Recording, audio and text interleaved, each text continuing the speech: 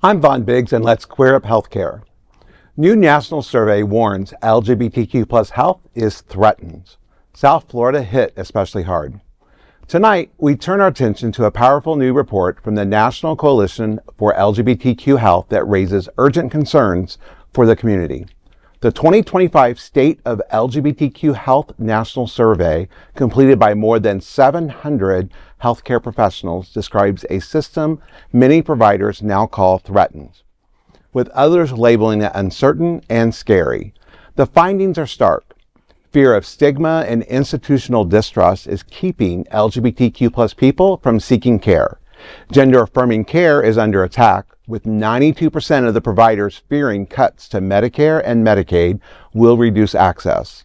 A growing mental health crisis shows rising depression, anxiety, and suicidal ideation. At the same time, nearly half of queer healthcare workers considered leaving their jobs in the past few months. Here in South Florida, the impact is even more severe. 50% of the respondents cited insurance barriers, compared to 28% in California, putting Medicaid-dependent communities at higher risk of losing hormone therapy, mental health services, and HIV care. As we face these challenges, one thing is clear: LGBTQ plus health is not a niche issue, it's a community issue.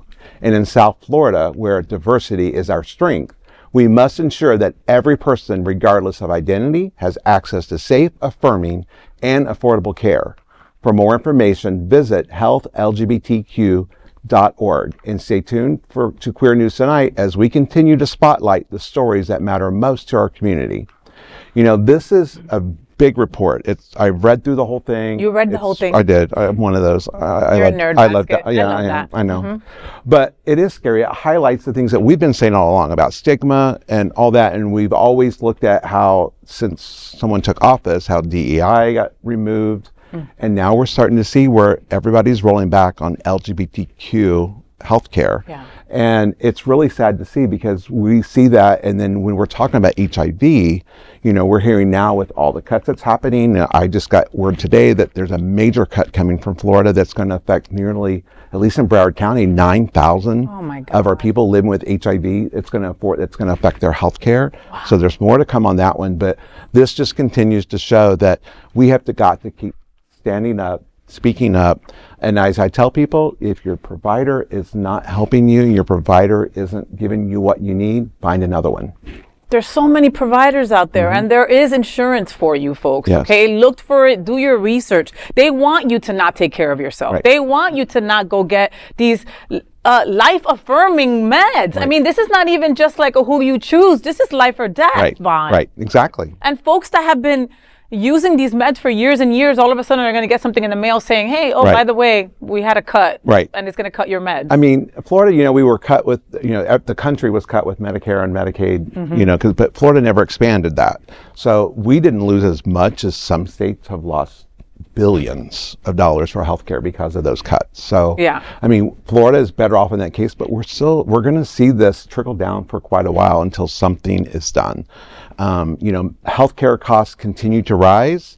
Insurance companies continue to put pressure on organizations like hospitals and medical clinics to negotiate rates, to decrease them, keep cutting them down for what they're reimbursing for rates. I was actually at Alibis recently, and I was talking to two gentlemen who were mental therapists, and they were here from Oklahoma City, just here on vacation, but they both have their own practice in Oklahoma City. And I was saying, you know, we could use, and they were black men, and I was like, we could use some black therapists here in Florida, of course, for sure, especially for LGBTQ.